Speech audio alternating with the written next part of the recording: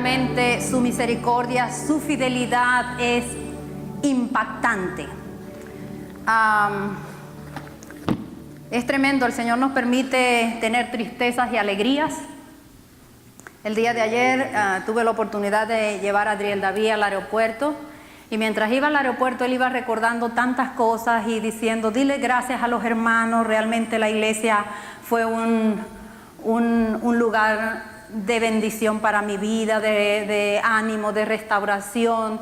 Y me iba nombrando todos los hermanos. Imagínate ese equipo que tenía del hermano Freddy, la hermana Blanquita, todos los domingos los recordaba, los hermanos con quien trabajó, y los iba nombrando a todos. Yo no los voy a nombrar todos porque imagínense, pero estaba tan agradecido. Esta mañana antes de salir para acá me llamaba, él iba entrando ya a la iglesia y reportándose, pues todo bien tía, llegamos bien con las niñas y todo, contento, pero pendiente de todos ustedes también. Realmente les robaron su corazón, ustedes han sido tan amigables y tan usados por el Señor para sanarle y para bendecirle. Muchas gracias, hermanos, muchas gracias realmente. Además de eso, pues tenemos la alegría también. Yo voy a tener mucha nostalgia, le decía a las mujeres ayer, definitivamente lo voy a extrañar sobremanera. Cocinaba todos los días que estaba en mi casa y yo no tenía que cocinar y sabía cómo cocinarme, que yo no soy fácil, pero lo hacía de maravilla y lo voy a extrañar un montón.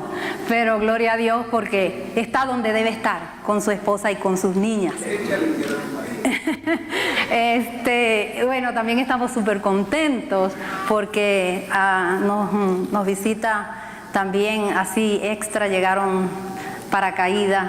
Mi hermana Nelly y mi hermana Josefina llegaron esta tarde, al mediodía llegaron, y damos gracias a Dios porque también están con nosotros y ellas son de sumo gozo para nosotros. Nuestro corazón también está con ellas. Bueno, ya entrando en materia, vamos a tener un tiempo de oración y vamos a comenzar un poco a disertar la palabra en esta tarde. Oremos. Bendito Señor, gracias. En este momento yo pongo cada uno de tus siervos que está en este lugar. Y Dios, que la palabra tuya, no la mía, la tuya, porque no vengo a hablar de mí, vengo a hablar de ti, Señor, sea rompiendo lo que necesita romper, sea construyendo lo que necesita construir, sea penetrando en lo más profundo de nuestros corazones, Señor, para que nosotros podamos adquirir las destrezas para cumplir el propósito por el cual nos tienes en este mundo, Señor. Gracias. Y en este momento, Señor, abrimos nuestros corazones para que tu Espíritu Santo ministre en ellos. Gracias. En el nombre de Jesús. Amén. Bueno, estas veces pasadas los he estado manteniendo con un tema muy interesante que no se acaba.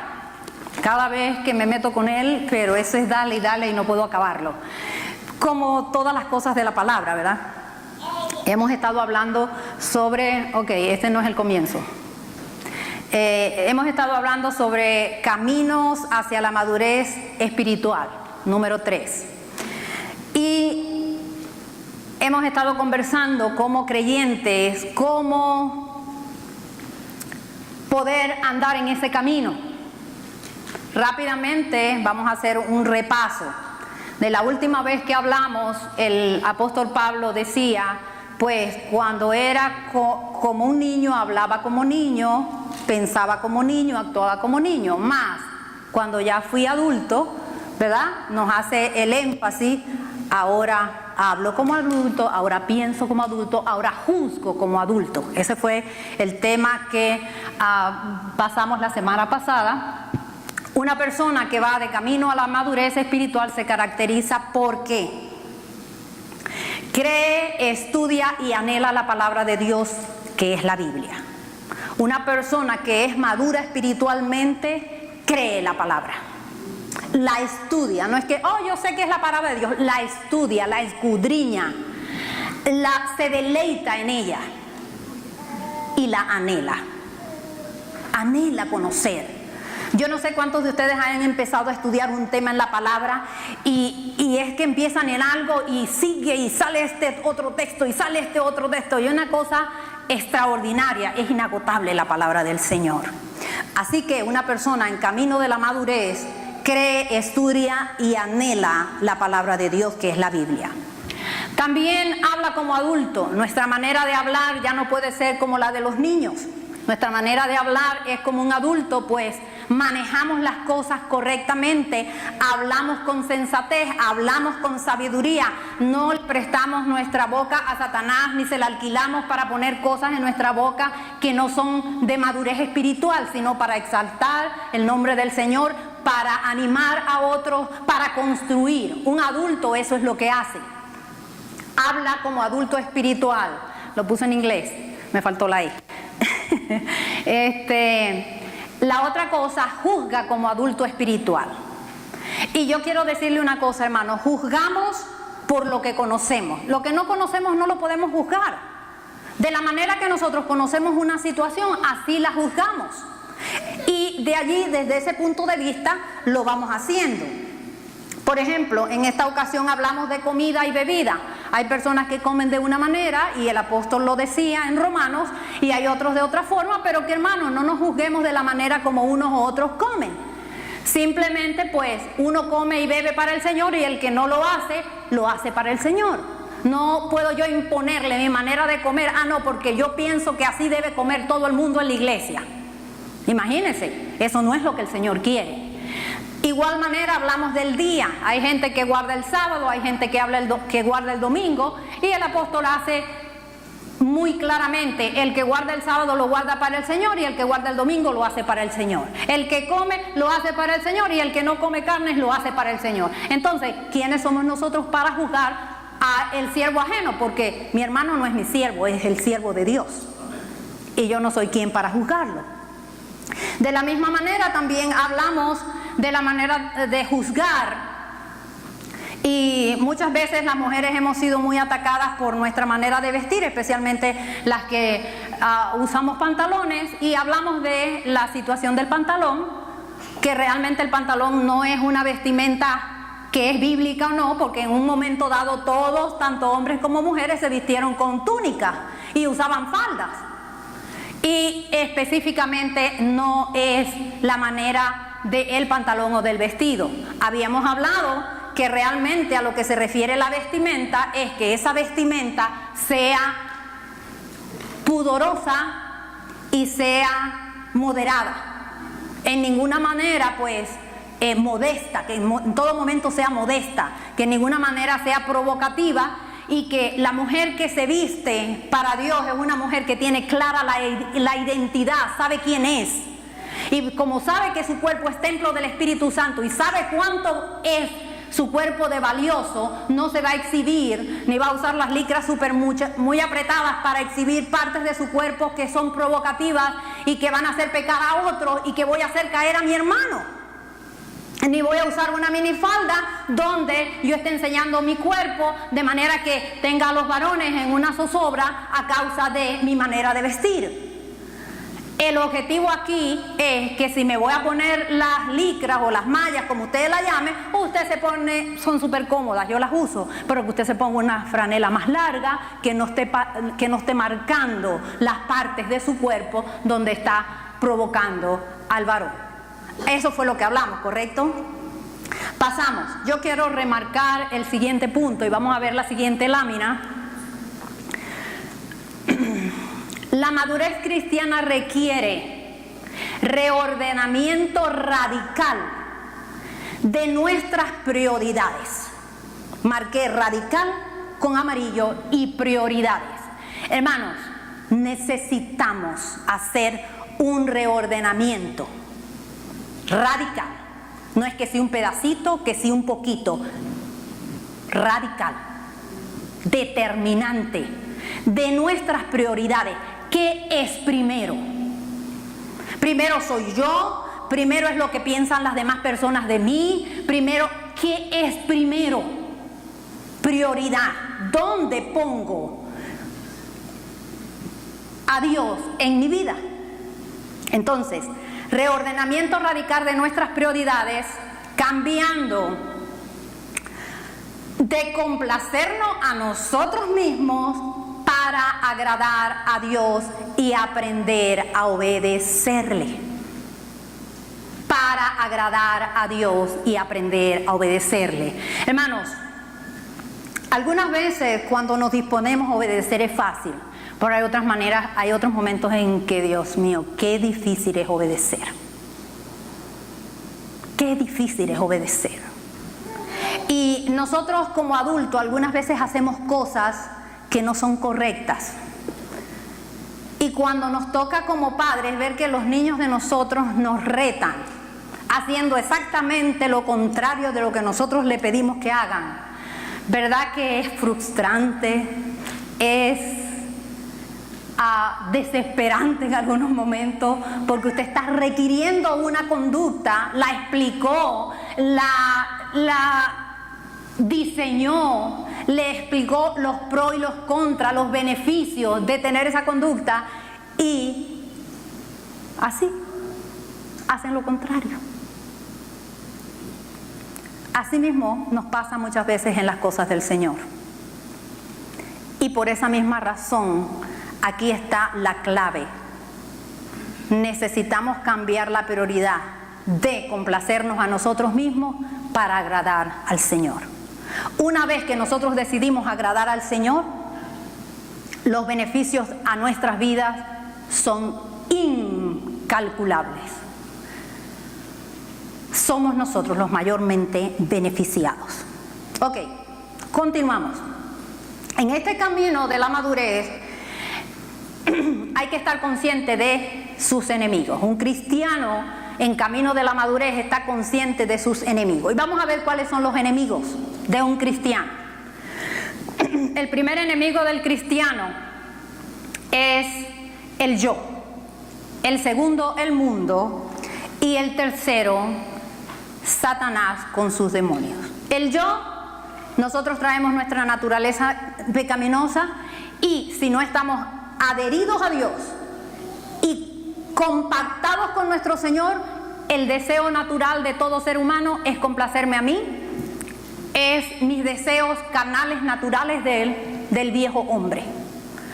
Complacer al mundo porque salió la moda tal, porque así lo hace no sé quién, porque así lo usan, y bueno, yo no me voy a ver diferente, yo me tengo que ver igual que todo el mundo, así todo el mundo lo hace. Así se puso de moda en diferentes lugares a tener sexo con el mismo sexo. Bueno, eso está de moda en las universidades, pues tú eres loco porque no lo haces. Así son las cosas que se ponen de moda en este momento en el mundo. Y Satanás y sus demonios. Nosotros muy pocas veces hablamos de Satanás y sus demonios, pero yo debo decirle, el mundo espiritual es tan real como el mundo físico. De hecho, el mundo espiritual estuvo primero que el mundo físico. Entonces, estos son nuestros enemigos, y vamos a ver rápidamente en Efesios. Voy a utilizar hoy la versión Dios habla hoy. Y ahora, hermanos, busquen su fuerza en el Señor. ¿Dónde vamos a buscar la fuerza? En el Señor, en su poder irresistible. Protéjanse con toda la armadura que Dios les ha dado, para que puedan estar firmes contra los engaños del diablo. Porque no estamos luchando contra poderes humanos, no contra personas, no contra mi primo, mi esposo, mi hijo, no estamos luchando contra gente, sino contra malignas fuerzas espirituales del cielo, las cuales tienen mando, autoridad y dominio sobre el mundo de las tinieblas que nos rodea. Así que manténganse firmes, revestidos de la verdad y protegidos por la rectitud. Estén siempre listos para salir a anunciar el mensaje de la paz. Sobre todo, que su fe sea el escudo que los libre de las flechas encendidas del maligno, que la salvación sea el casco que proteja su cabeza y que la palabra de Dios sea la espada que les dé el Espíritu Santo. No dejen ustedes de orar, rueguen y pidan a Dios, siempre guiados por el Espíritu, manténganse alertas, sin desanimarse, y oren por todo el pueblo santo.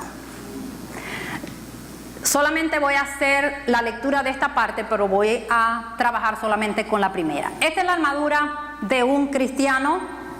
Aquí podemos ver una representación de un soldado y tiene todas sus partes. Solamente para que tenga una idea, porque simplemente es una representación de la manera como Pablo utilizó a un soldado romano para tipificar la guerra espiritual y cómo nosotros podemos vestirnos de tal manera que seamos más que victoriosos en esta batalla. Continuamos.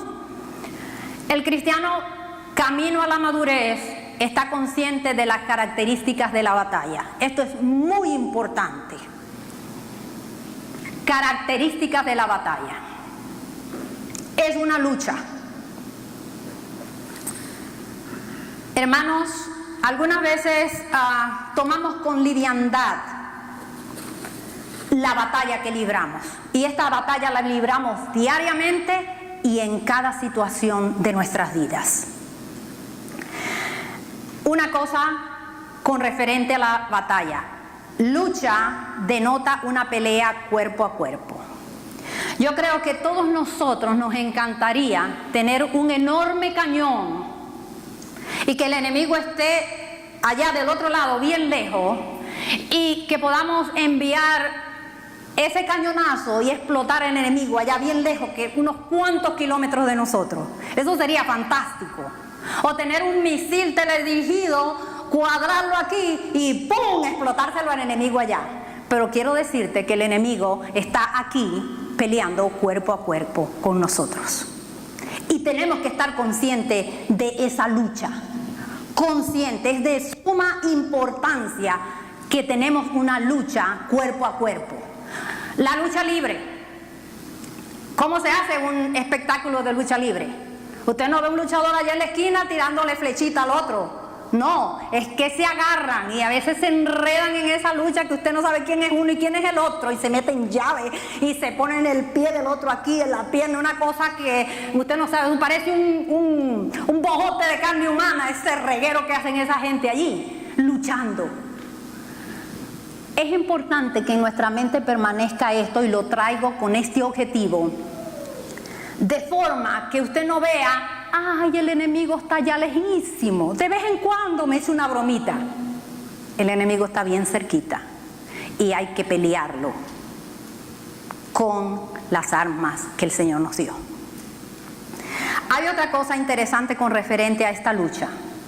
El término lucha también sugiere tácticas de presión. Fíjese, debemos aclarar que estas tácticas de presión son utilizadas por el enemigo para presionarnos en las áreas de nuestro pensamiento, de nuestras emociones, en la toma de decisiones y en nuestro cuerpo físico. Voy a explicarlo un poquito mejor. Pensamientos. Muchas veces nosotros recibimos una información y esa información llega de diferentes maneras a nuestra vida, y esa genera una fortaleza en nuestro pensamiento. Anteriormente habíamos hablado que eran fortalezas. Son argumentos, son estructuras de pensamiento que se meten en nuestra mente y que son poderosas en el sentido de que vamos a actuar por esa fortaleza mental que tenemos. Rápidamente, porque sé que hubo gente que no estuvo en ese estudio, pueden haber fortalezas buenas y fortalezas malas. Un ejemplo rapidito. Una joven o un joven que desde temprana edad sabe que su cuerpo es templo del Espíritu Santo, que va a dar cuentas a Dios y que es honroso para Dios el matrimonio sin mancilla. Hay una fortaleza positiva en esa persona que cuando llega a tener novio, evita estar a solas con ese novio, estar bésate y bésate y bésate, porque usted, como decía el hermano, eso es como el asunto de los 2 pisos, ¿verdad? Eso genera otras cosas a las cuales no me voy a detener ahora, y esa persona es capaz de decir no, esto no me conviene, y lo para, porque hay una estructura de su pensamiento bueno que le dice, este es el cuerpo, templo del Espíritu Santo, y yo no voy a moverme de donde estoy parada. ¿Cómo?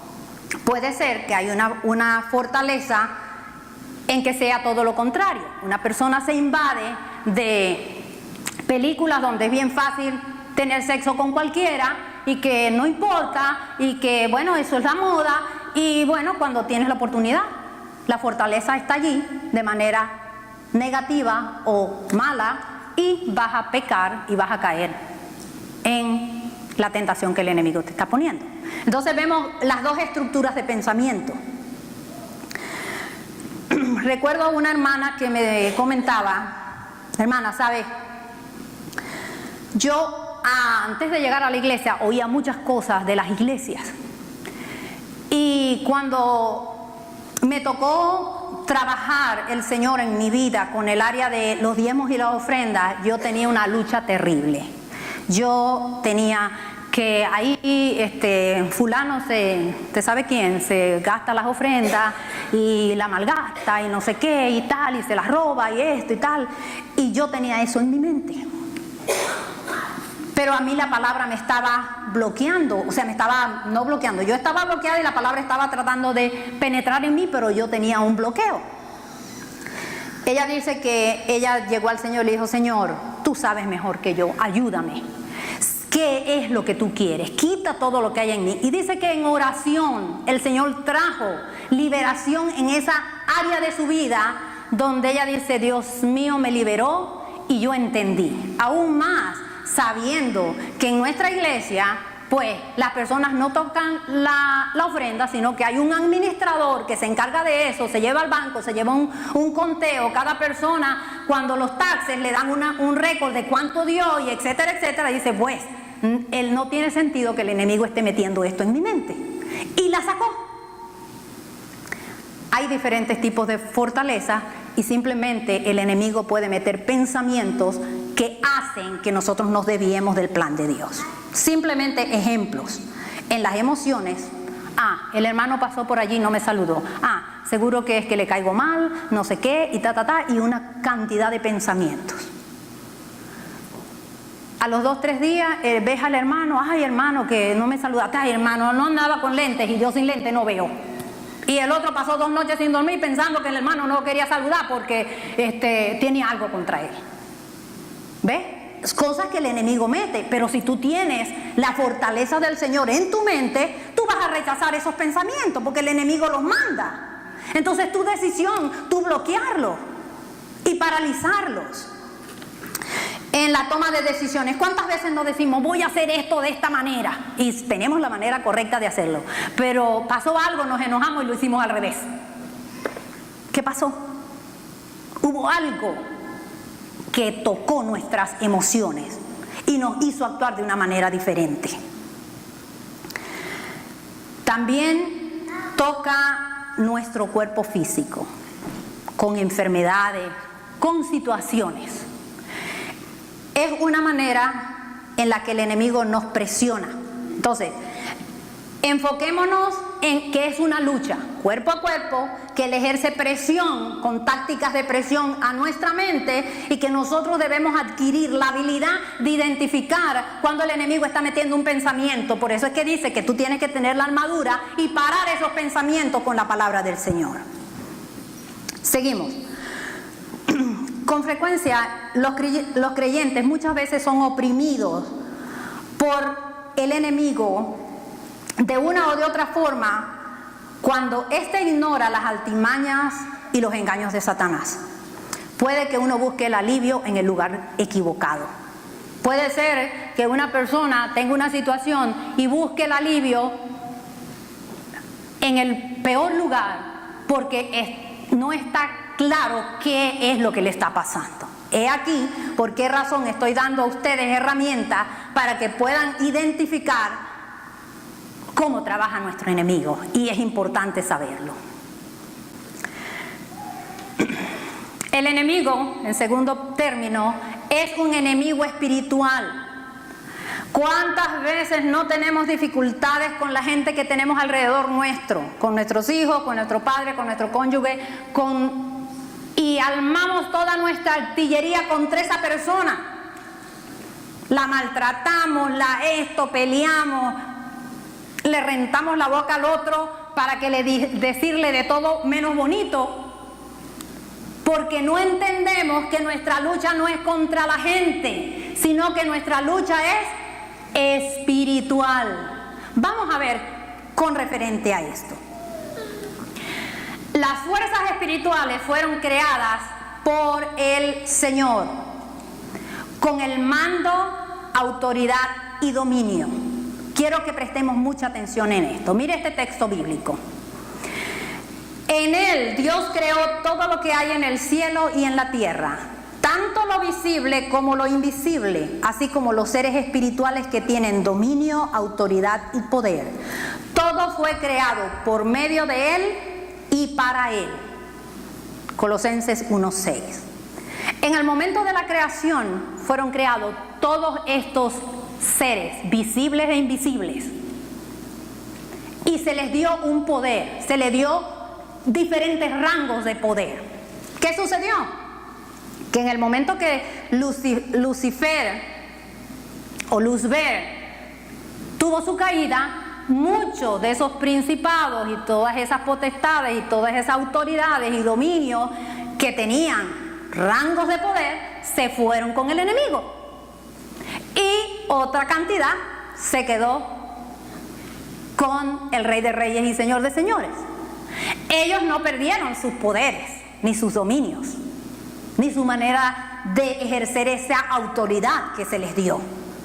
Entonces, debo decir que hay fuerzas espirituales divinas y fuerzas espirituales malignas. ¿Estamos claros con eso, no? Muy bien. Ahora, retomando el otro texto, peleando contra malignas fuerzas espirituales del cielo, las cuales tienen mando, autoridad y dominio sobre el mundo de tiniebla que nos rodea. En este momento, el apóstol está haciendo énfasis en las fuerzas espirituales malignas. Ahora, estos personajes, vamos a llamarlos personajes porque ellos no tienen cuerpo, según su rango se les es asignado un territorio o una área y reciben órdenes que deben cumplir en el área asignada. Trabajan con el concepto de jerarquía militar. ¿Cómo es eso? En este dibujito podemos ver a alguien en el centro, es un simple dibujo, y podemos ver soldados. Como en la jerarquía militar hay generales, hay tenientes, hay sargentos, hay soldados rasos, de la misma manera en el mundo espiritual de la fuerza maligna hay ese tipo de jerarquías. Y esto sucede que el comandante en jefe de ellos les asigna territorios, les asigna una área, les asigna una iglesia, les asigna una persona y le vas a atacar en esto.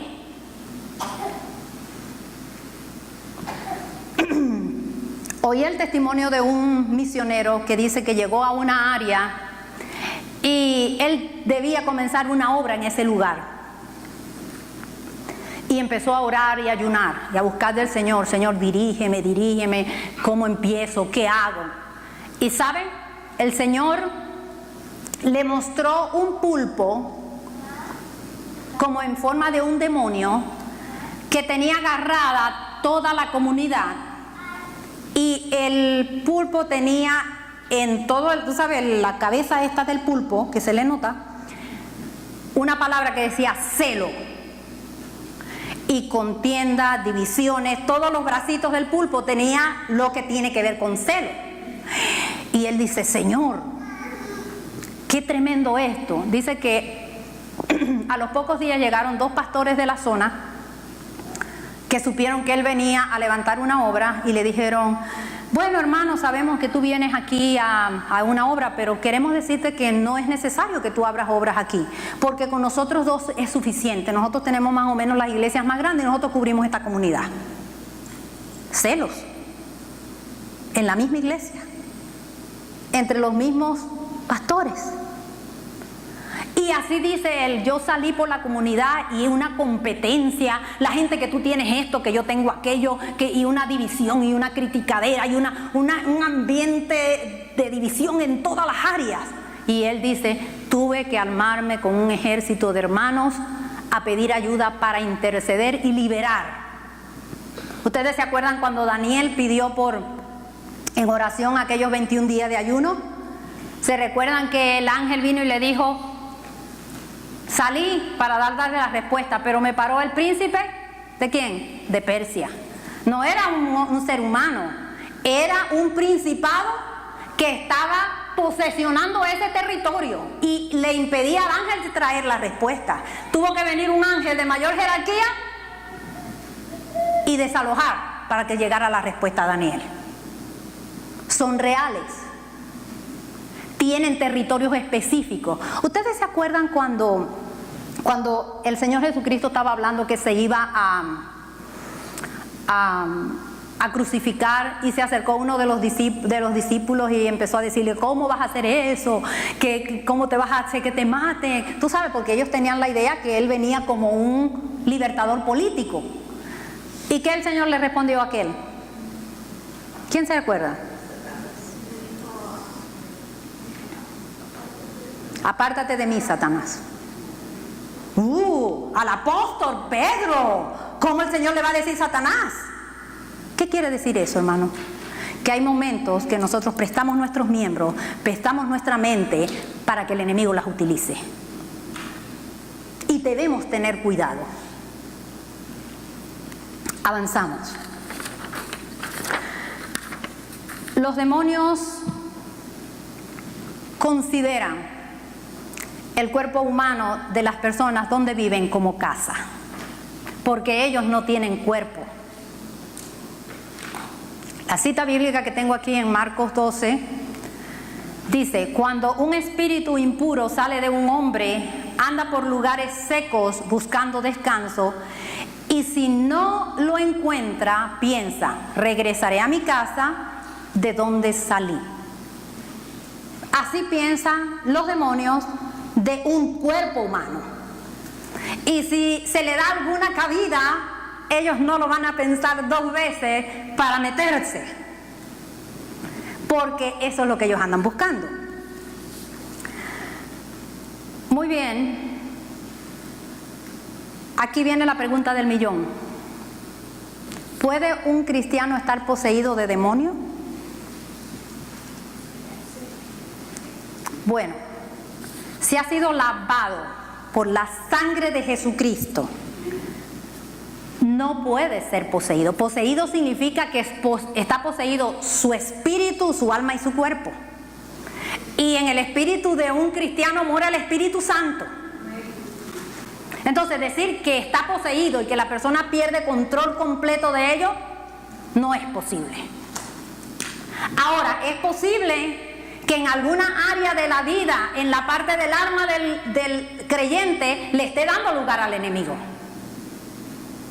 Y les contaba la otra vez de un hermano, un hombre de Dios, tiene doctorado, un hombre bien humilde, estuvo enseñándonos aquí, y él nos contaba, nos decía, en una ocasión me metí en un hotel y pasando la televisión pasó una imagen pornográfica y yo rápido la pasé, pero se quedó grabada en mi mente.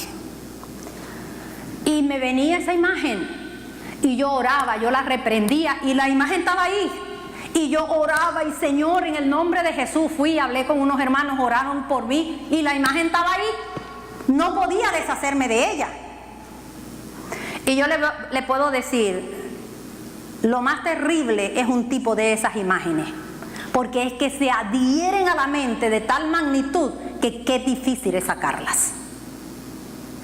Qué importante es cuidar que nuestros niños y nuestros jóvenes, ni nuestros adultos, se expongan a esas imágenes.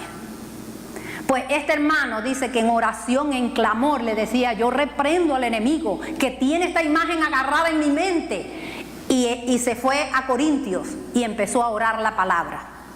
Dijo: yo proclamo la palabra, porque las almas de nuestra milicia no son carnales, sino poderosas en Dios para derribar fortalezas, argumentos. Y empezó a orar la palabra. Y yo llevo cautivo mis pensamientos a Jesucristo. Él dice que se salió la imagen y ya no vino más a su mente, pero tuvo que pelear duro para sacarla. Entonces, ¿qué sucede? Si el creyente sabe y entiende que esta lucha tiene que pelearla, y muy bien, con las armas adecuadas, va a tener la victoria. Pero si no, ¿qué va a pasar? Si no saca la victoria, entonces el enemigo va haciendo nido ahí, y va haciendo nido ahí, y va haciendo nido ahí, y qué difícil. Hace la telaraña y la telaraña y la telaraña, y qué difícil para limpiarla. Mucha gente quita la telaraña, pero no mata la araña. Hay que matar la araña, hermano. Hay que matar al enemigo, hay que sacar en el nombre de Jesús cualquier estructura de pensamiento que hay en nuestras mentes que el enemigo ha puesto y que nos está impidiendo ser libres completamente. Muy bien. Las armas para luchar son espirituales. El documento de deuda fue cancelado. La primera arma o el primer armamento que el enemigo trata de hacer al creyente es la culpa. Y con la culpa quiere como desanimarnos y desautorizarnos. Pero yo les traigo hoy, hermanos, la palabra del Señor, donde dice que ese documento de deuda fue cancelado. Y vamos a leerlo. Al ser bautizados, ustedes fueron sepultados con Cristo y fueron también resucitados con Él, porque creyeron en Él, poder de Dios que los resucitó. Mira qué importante el bautismo. Es una señal, es un sello. El bautismo es algo extraordinario. Aquí continúa la palabra diciendo: ustedes en otro tiempo estaban muertos espiritualmente a causa de sus pecados y por no haberse despojado de su naturaleza pecadora. Pero ahora Dios les ha dado vida juntamente con Cristo, en quien nos ha perdonado todos los pecados. Y mira el siguiente. Dios anuló, aleluya, el documento de deuda que había contra nosotros y que nos obligaba. Lo eliminó clavándolo en la cruz. ¡Qué extraordinario! Ese documento que el enemigo tenía por nuestros pecados y que nos lo sacaba cada ratico y que nos decía: hiciste esto, hiciste lo otro. No, una vez que llegamos a Cristo Jesús, contrictamente y humillado, reconociéndolo como Señor, es anulada ese documento que estaba en nuestra contra y que no nos permitía avanzar contra las huestes del enemigo, porque estábamos en posesión de ellos. Pero, oh bendito Jesús, que fue anulado. Continuamos. Dios despojó de su poder a los seres espirituales que tienen potencia y autoridad, y por medio de Cristo los humilló públicamente, llevándolos como prisioneros en su desfile victorioso. Aleluya. Por tanto, que nadie los critique a ustedes por lo que comen o beben, o por cuestiones tales como de días de fiesta, lunas nuevas o sábados. Todo esto no es más que la sombra de lo que ha de venir.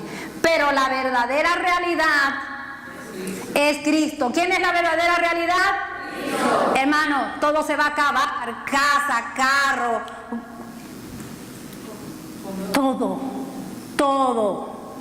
La única realidad valedera en este universo se llama Cristo. Y si tú lo tienes y yo lo tengo, nosotros tenemos la batalla ganada, aleluya.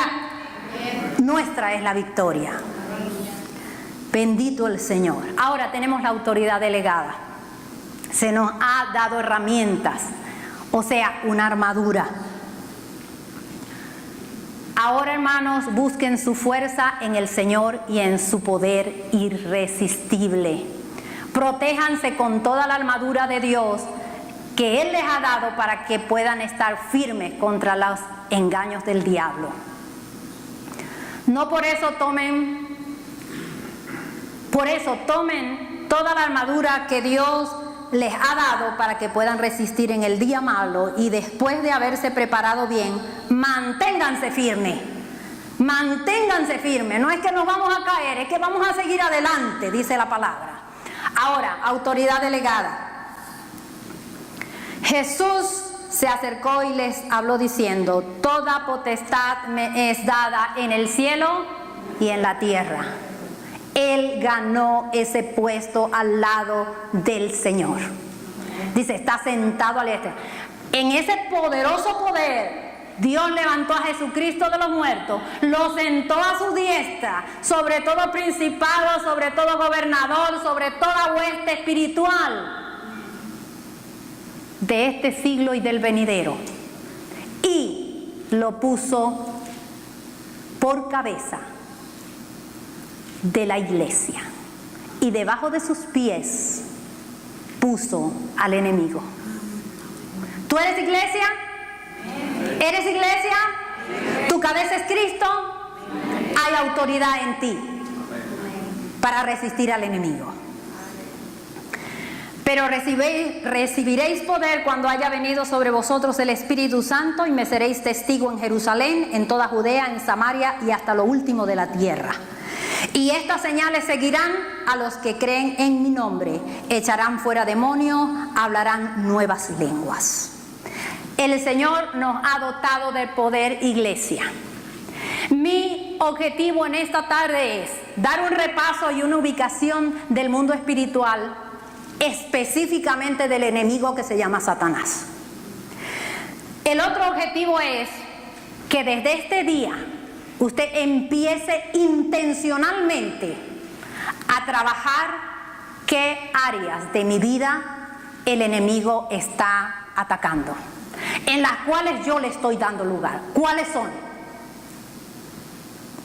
y empezar a trabajar sobre ellas. Porque quiero decirte una cosa: el Señor te da el poder para liberarte.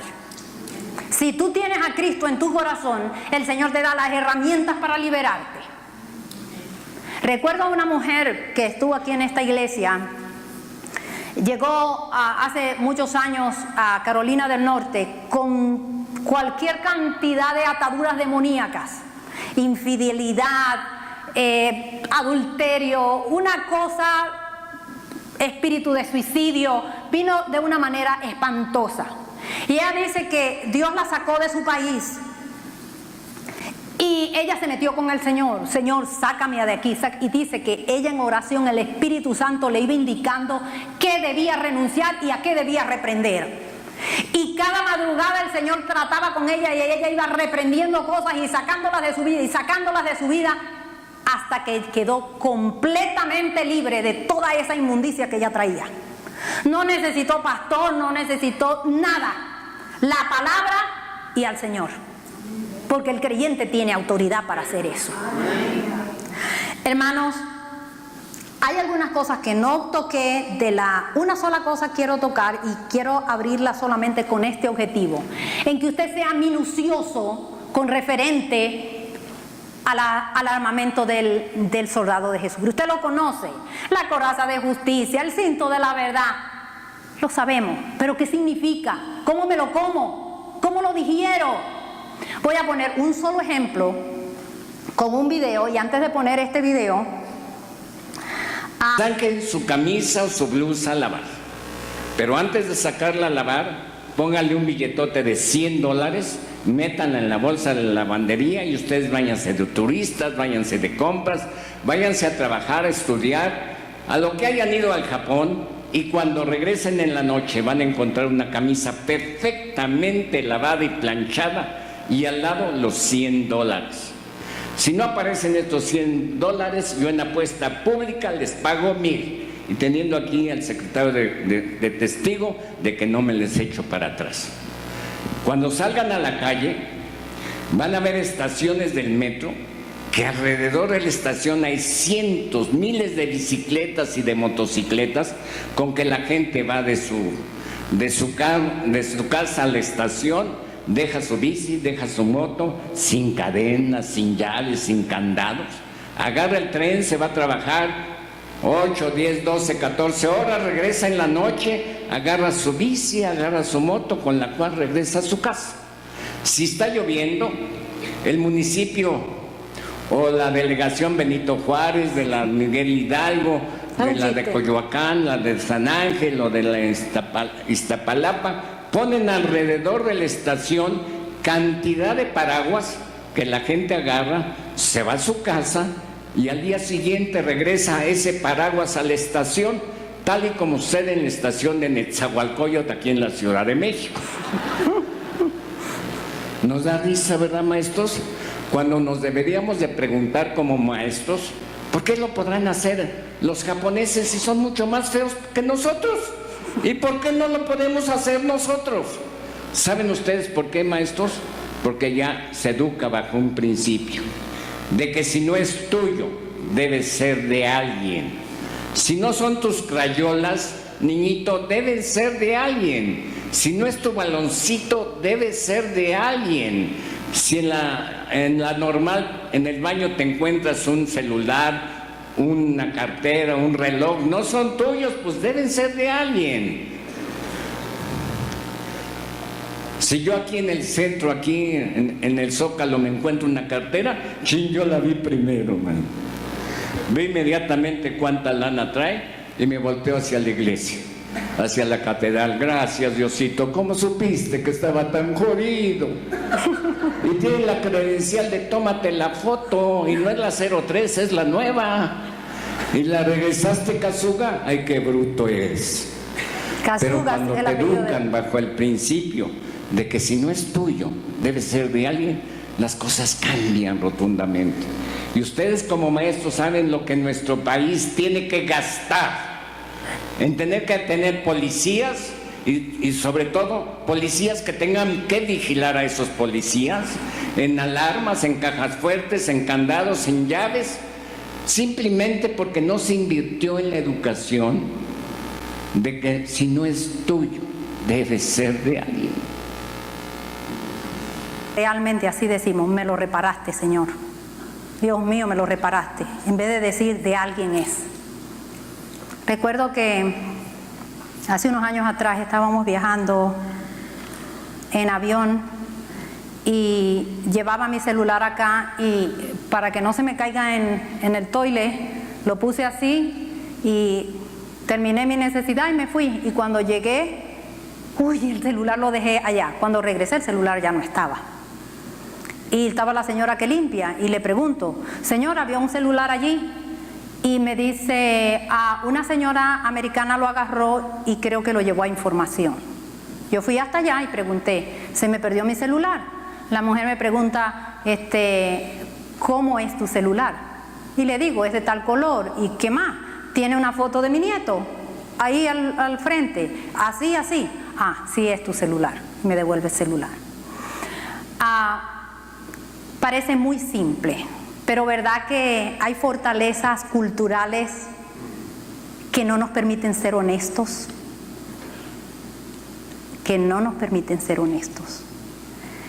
Y sabe que esa falta de honestidad tiene que ver con justicia, porque si yo quiero que a mí se me pierda algo, me gustaría que si se me pierde algo me lo devuelve, con esa misma justicia debo tratar a los demás.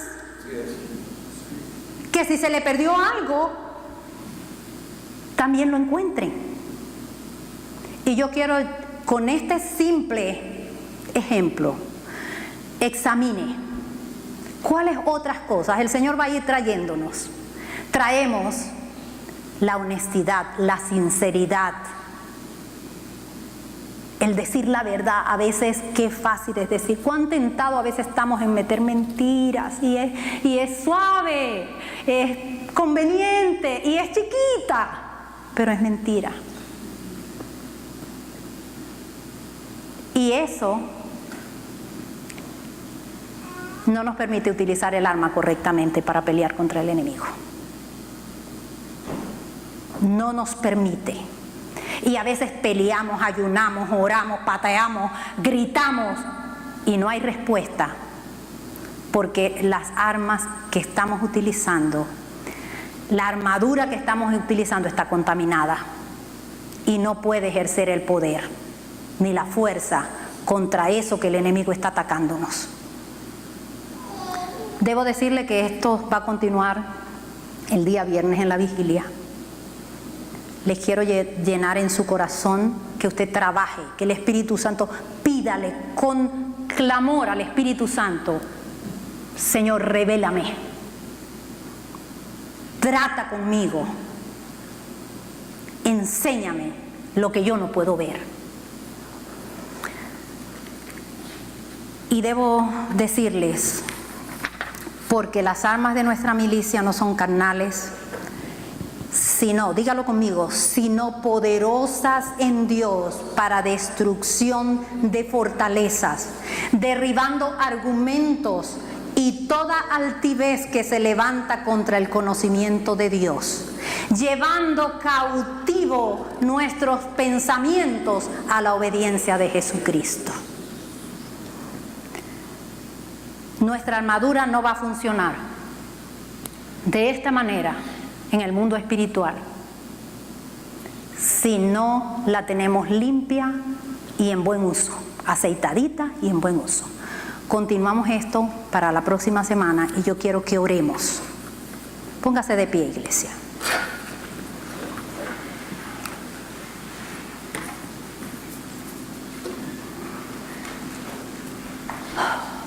Bendito Señor. ¿Qué podemos ocultarte a ti, Señor? Estamos descubiertos y desnudos delante de ti. Nada podemos ocultarte.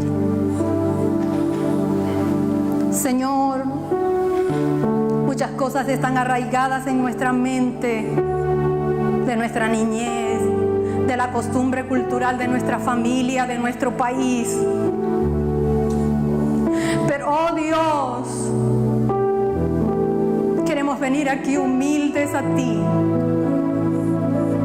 rogándote, Señor, que tú escudriñes, que tú saques, que tu palabra penetre, Señor, hasta el tuétano.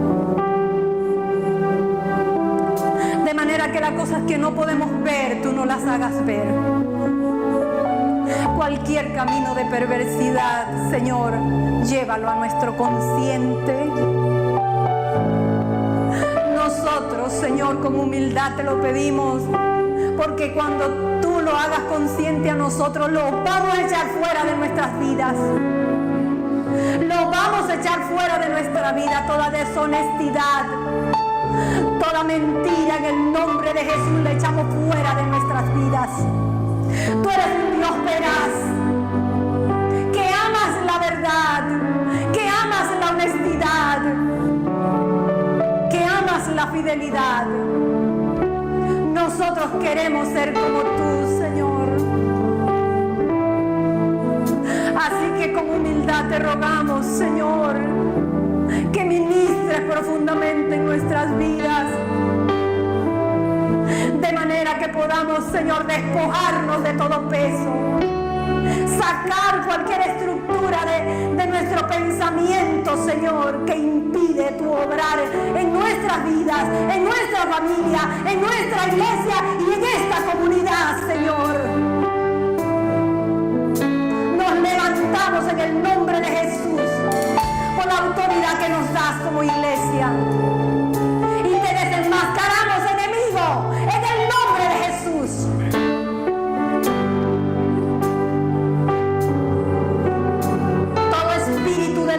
enemigo que tiene cauterizada la voluntad de cualquier miembro de esta iglesia. En el nombre de Jesús lo amarramos, lo atamos y lo declaramos inoperante. Queda suelta esa voluntad para servir a Dios. Queda suelta esa voluntad para obedecer al Señor. En el nombre de Jesús. Te adoramos, Señor.